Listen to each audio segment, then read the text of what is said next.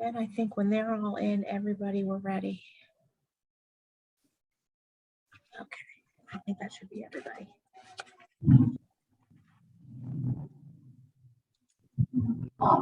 You put the camera on it for yourself. Oh, I'm sorry. That's okay. I was distracted by all the other things. There we go. Okay.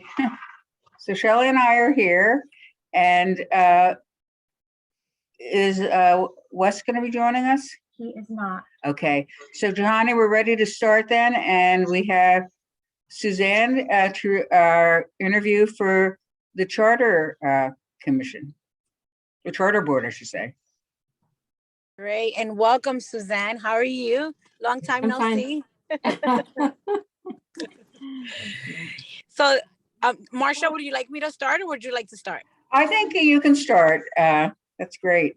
Okay. Well, thank you first and foremost for applying, for wanting to volunteer and dedicate some of your time to serving on the Charter Board. Tell us a little bit about yourself and why you're interested in serving. Well, I've been a resident of Reading for many, many years and was actually involved in the original Charter Review Commission. But me personally, I'm a nurse. I'm still working full-time at a nursing facility, hoping to retire soon, but not just yet.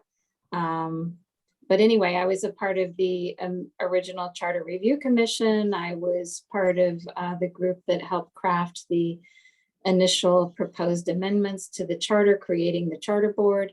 So I've had a lot of networking with City Council at that time and a lot of elected officials over time. Was part of the group that formed the petition committee to get the amendment creating the Charter Board on the ballot. Was appointed by Mayor McMahon to spearhead the transition committee, which helped put in some of the implementing rules and procedures for the Charter Board, and then was part of the original Charter Board for many, many years. So it has always been a great interest and a passion of mine, and feel I did take a hiatus during some life transitions, including taking a position as a director of nursing. And as you can imagine, being in that position during COVID has been fairly overwhelming, but hopefully we're coming out the other side of it now, and I feel like I would have ample time to devote to the board. My interest has always been there, but you know, it has been very time consuming at different parts of my life, especially serving as chair for many, many years. So feel like I'm ready to get back into it and continue to serve the city in that capacity. Wow, well, that's great to know. Welcome back. You have an abundance and a wealth of experience regarding charter matters and other city matters.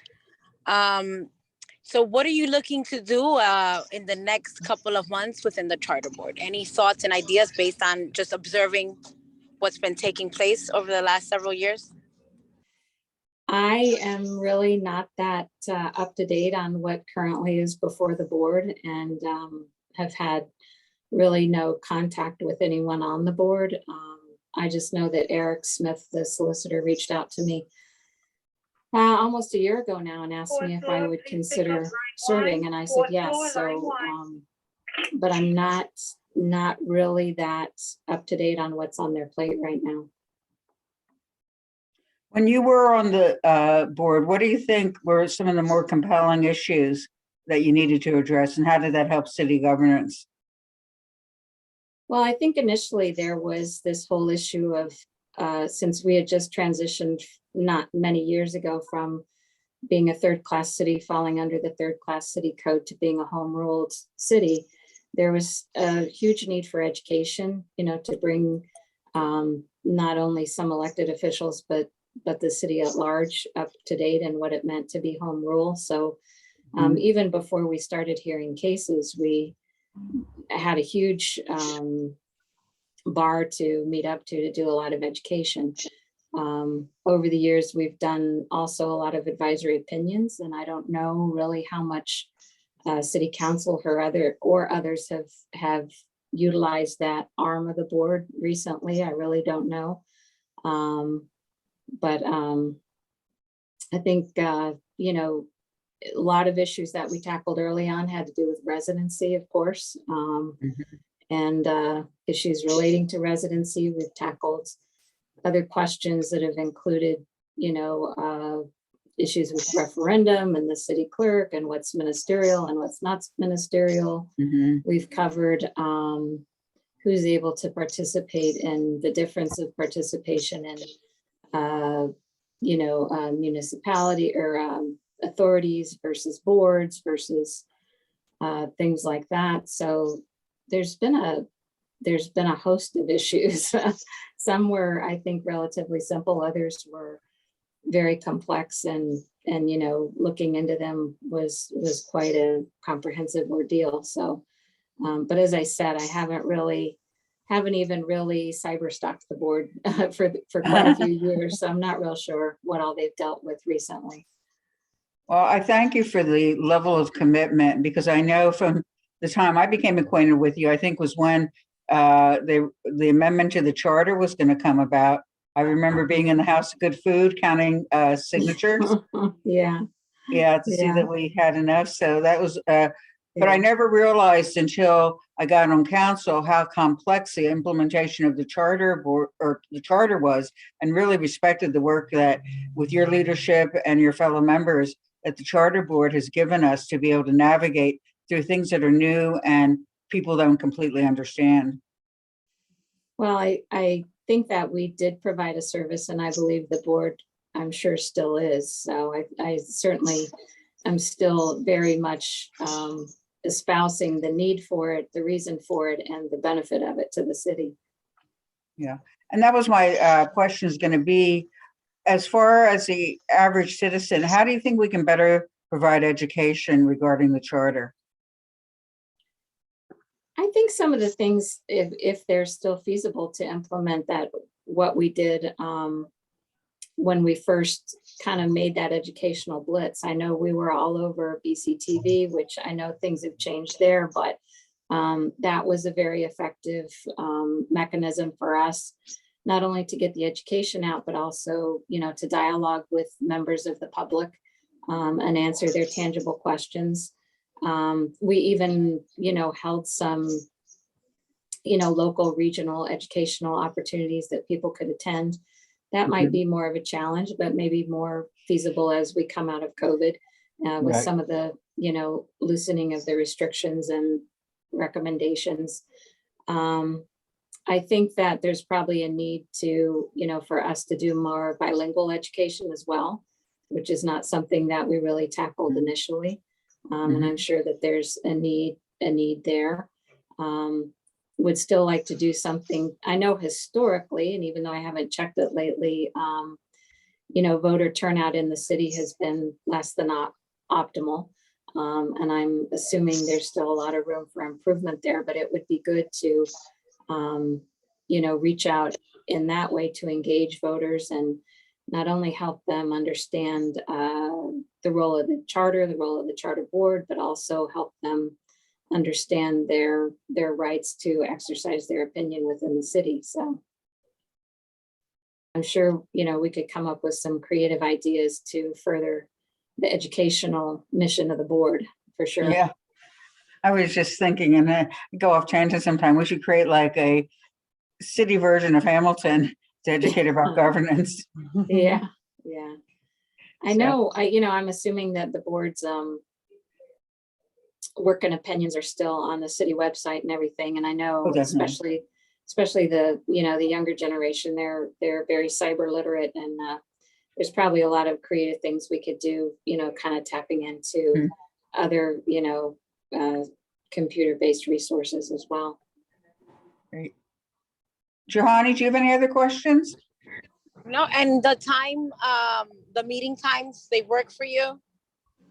Yes. Yep. There, you know, there might be rare occasions where I can't, but those should be rare. And as I said, I'm looking to hopefully lessen my work schedule within the coming year. So knock on wood. So I don't Hopefully your anticipate it. workload decreases too. Yeah, I don't anticipate any problems with that. Okay. Do you have any questions for us, Sue? Not really, I guess, just next steps and what I can expect is more the question, I don't know. Well, okay, so the committee will have a consensus to move your name forward. Most likely it could be on next Monday's agenda to vote on. And then you would be notified by the city clerk's office or by Shelley to be able to sign the documents. I think you need to be able to come in and, you Mhm. know, be sworn in again and such. Yeah, yeah. And then, you know, be ready to stalk those documents that you haven't read for a while. All right, will do. And thank you again, Sue, for your time. All right, thank you all. Mhm. For your Take care. service. All right, bye. Bye-bye. Todd, Richard Wagner is the next interview. Okay, he's for. Human reappointing to the Human Relations Okay. Commission. Hi, Richard. How are you? Good yourself? Good, good. Thank you. Marcia, should we get started? Definitely, yeah. I was just Richard, watching okay. people's pictures bounce around on the screen from one corner to the other. So Richard, well, I get to work with you during Human Relations Commission meetings. I get to participate in that. So it's always been a pleasure to work with you. How many Thank you. years have you served in the Human Relations Commission? 8 years now. Wow. So you're excited to keep going, huh? Yeah, I can't believe it's been 8 years already. I mean, Right, right. So tell us why. Why do you want to remain serving? it's a lot of times it's a learning process for me because I have a passion for the city of Reading. I have a passion for the Thank you. history of Reading. When I first was questioned, oh my God, I forgot the mayor's name. He asked me what would I like to change in Reading, and I always told him one thing. Reading's got a lot of opportunity. My passion is I would love to see them open up our tunnels underneath this city, because I think it would be like going to Crystal Cave, but better. I think it would bring people to Reading to see that stuff. And it's just, that's my one passion, but I don't even know how to get that started. But working with the HRC, I've learned a lot. In the last first years I was with them, we went to a meeting, I think it was up in Maine. And I thought as a kid growing up, lead was a problem in the household. I never knew lead paint was still around Mhm. in this city until after the fact, and learning how many homes are in the city that have lead. I'm like, wow, this is crazy. You know, how do we get rid of it?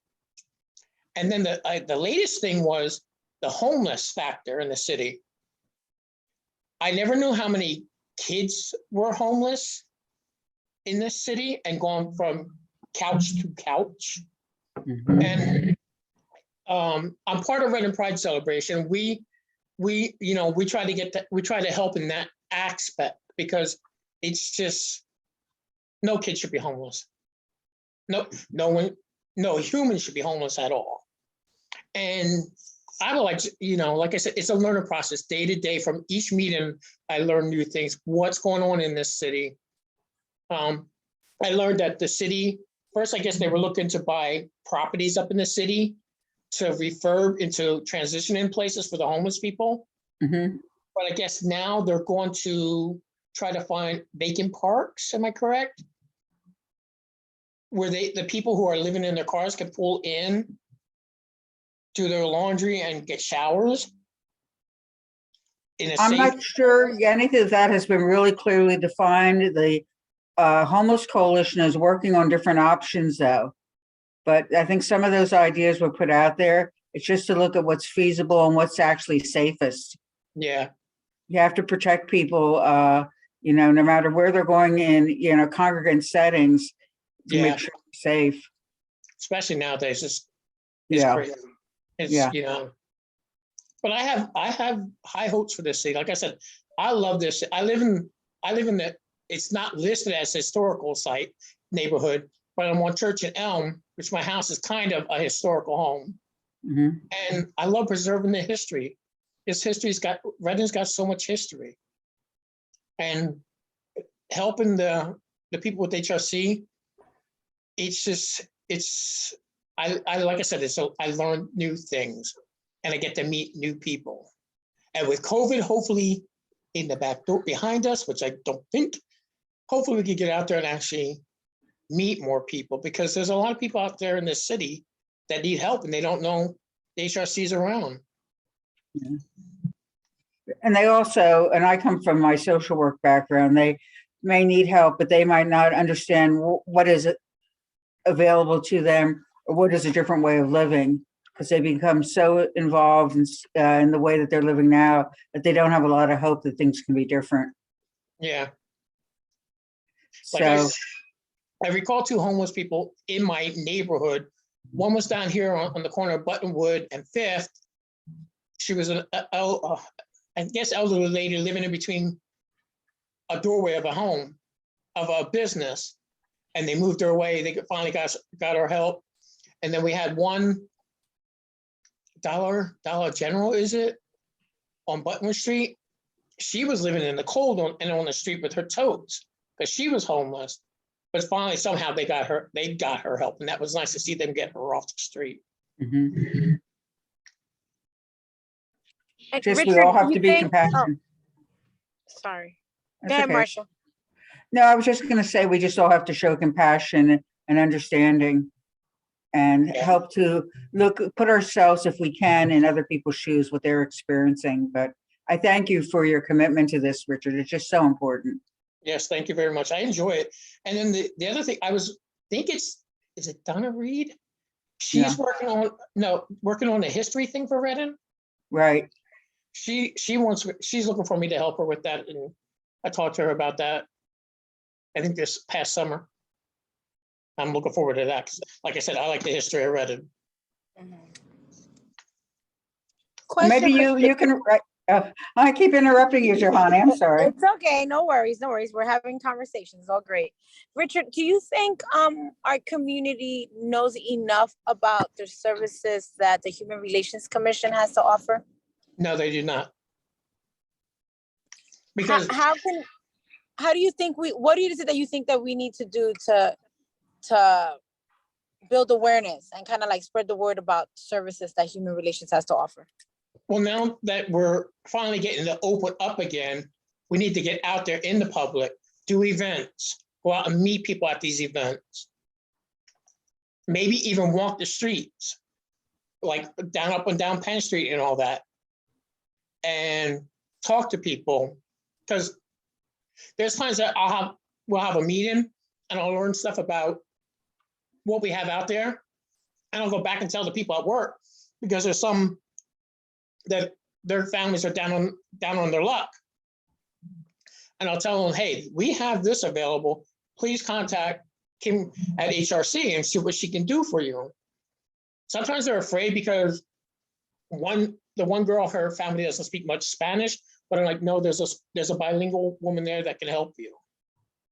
And like I said, I think the most important thing is getting out there, go to events, get our name out there, events, not just sit at a booth, but walk around at these events and introduce ourselves. Mhm. Gotcha. Thank you, Richard. Marsha, do you have additional questions? No, I'm just very encouraged by your enthusiasm and your commitment to the city from all these different perspectives. And one of the things I've seen is that if people have voices and their voices are heard, it helps the people that need the services. We have to break the stigma that's out there so much. And I think, your voice is one of those with your fellow commission members that are so important. Thank you. Like And I I said, just I want to thank you, Richard, for always being actively involved in our community, for always giving up of your time to serve and to help others. Like I said, it's always a pleasure working with you and attending these meetings and, being part of the work that's done through the Human Relations Commission. oh yeah, I like I said, I feel the same way about you. I enjoy when I run into you and I get to talk, and we talk and talk and talk. But now you're a busy woman, even more busier with your you running for a new office, so good luck on that. Okay, so Thank the you, next, Richard. step, Richard, is that we will be moving your name forward at the next council meeting, which is next Monday. And we'll be notified then by the city clerk's office, either Michelle or Linda Keller, to be able to then, does he have to sign again? Yes. Okay, to be able to take your oath of office and go through the right routine, okay? Sounds good to me. Thank you. And Okay. if I may add, I know the administration has been tuning in. Richard said something about opening up tunnels, something to consider. Maybe there might be an attraction of some sort with these tunnels. So That's- just putting it out there for Frank who's listening. Hey, That's what I Johanny, I think. need to give you some feedback about that, okay? I love the Okay. idea, but they are not safe anymore, okay? Right, yeah. Gotcha. Well- Okay. Okay, in fact, because of the existence of the tunnels, it makes it difficult with the heavy traffic on the streets above. So Oh, wow. I was in one of them at one point. It's not a place we want to go. But Well, it's fascinating to know where there's other things though besides the tunnels that are around the city that are safe to look at, that you might want to still explore that the public isn't aware of. And I'll touch base with you, Johanna, and also you, Richard. There's some really interesting things in District 2. And I think Shelley knows what I'm talking about, that have some really historic, right, that people don't even aware that where they're at. Yeah. Okay. Well, who would I talk to about historical stuff up in the mountains? Because I've come across things that I don't know, were never there, and I want to know what they are. You can contact me about that. Cool. Yeah. If I don't know, I know who to contact. There's a lot of foundations of buildings that used to be up on the mountain and such that are just pretty amazing. Well, I found up behind the tower, two huge round circles that look like they might have been a pool, but they weren't. And they're made out of cement. Those the flying circles? Now, are they along Skyline Drive? No, they're right behind the road that goes behind the tower, down the one Okay. embankment. Okay, I'd have to check that out, maybe, but I'm not going to say that. Maybe a part of a septic system. Oh, wow. Yeah. Well, I learned, like I said, I learned a lot just now. So I will reach out to you in the future and talk to you about that, because that's interesting. Yeah, it is I'm always fascinated when and I'm not going to get into it in this meeting, but there's things that I have found walking around the base of Neversink that are really fascinating. What's the name of your pussycat? This is Mama. Mama. She doesn't hear me. No, she's Mama. She's watching the other cat. Oh, okay. Hey, we're not supposed to be interviewing cats, right? All righty. So any questions for us at all? No, you guys answered some of my questions, so. All right. Like I said, I just learned a lot. Okay, well, thank you, and we'll be in touch. All right, thank you. Have a good Have afternoon. a good night, Richard. You Take too. care. Thank you. Bye. That's it. Okay. So, Johanny, that's the only 2 interviews we have. Yes, ma'am. Anything, is there anything on our agenda we need to go over, or we're good? No. I think we're okay at this point. Okay, awesome. So I guess we shall see each other in about half an hour, right? 5 o'clock? Yeah, you might not be able to see me that well if I'm in the big office, Oh, that's true. Right. Oh, well, we'll try. Yes, ma'am. All righty. Take care. See you all later. Thank you. Bye-bye. Know what I was